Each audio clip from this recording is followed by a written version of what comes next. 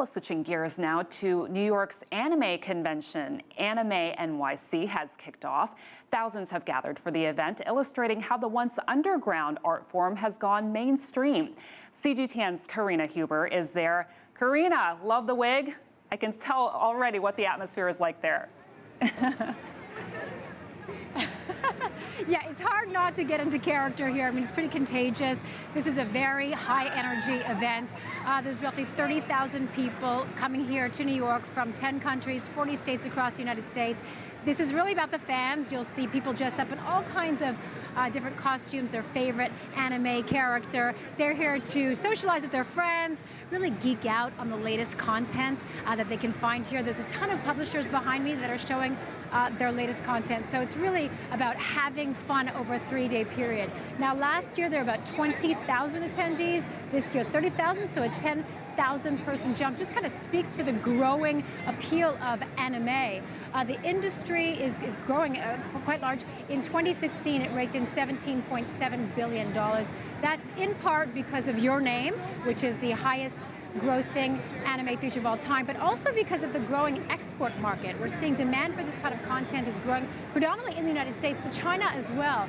And the audience is growing in large part because of technology. I mean, back in the old days, it was really difficult to get your hands on the latest anime. You had to really work hard, maybe bootleg some stuff. Now you see all kinds of sites that make it much more available. Like we've got Crunchyroll, which is basically like the Netflix of anime. So fans can go on there, they can consume the anime in different ways with or without subtitles, dubbed or not.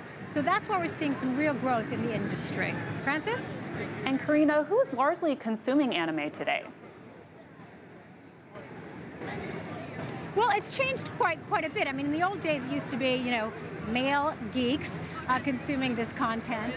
But we're seeing it's really growing. And in fact, the organizer of the event said that the audience now is at least 50% female. And I've spoken to some of the audience, so the fans, and one of the reasons for that is they say there are more female characters in anime than in Western comic books. And also the storylines are a lot more nuanced. They talk about loneliness, about feeling disconnected, and those are things that a lot of teenagers can relate to. It does still skew very young, so you'll see it, you know, teens and early 20s, but there's a generation of people who have grown up on anime, so they're now introducing it to their kids. But on that note, I want to bring in a fan. We've got Isabella who's here to talk to us about this event. Thank you for joining us. So let me start by asking, you came from Boston, all the way from Boston, in a snowstorm, to this event. What is it about Anime NYC that made you want to come here?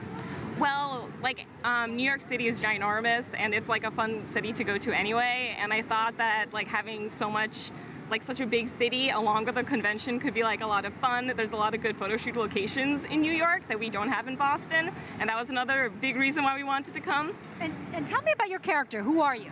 Yeah, so I'm cosplaying from Boku no Hero Academia, or My Hero Academia, and my character is Toga.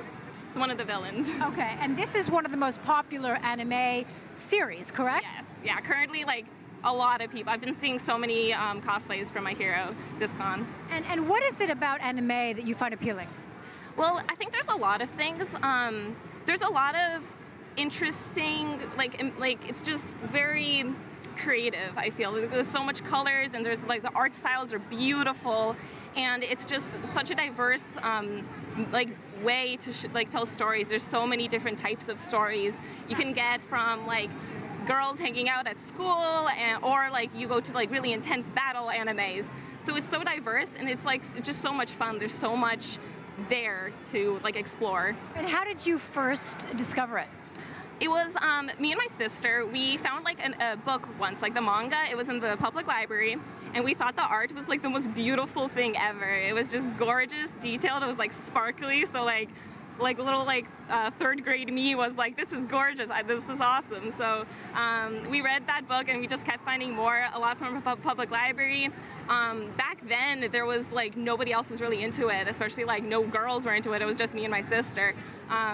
But it just kept getting more popular. They kept getting more books in the library, and then more things on TV. So we started, and then like with all the new media that was coming out, we just kind of never stopped. It becomes a whole culture. Thank you so much for joining us, Isabella. Yeah, I mean, as Isabella mentioned, you know, there's so much to consume. Now, Netflix, of course, has picked up on this audience and is investing heavily in anime. Back in 2017, the CEO said it had 30 anime projects in the pipeline. As a result, we're seeing a shortage of animators in Japan.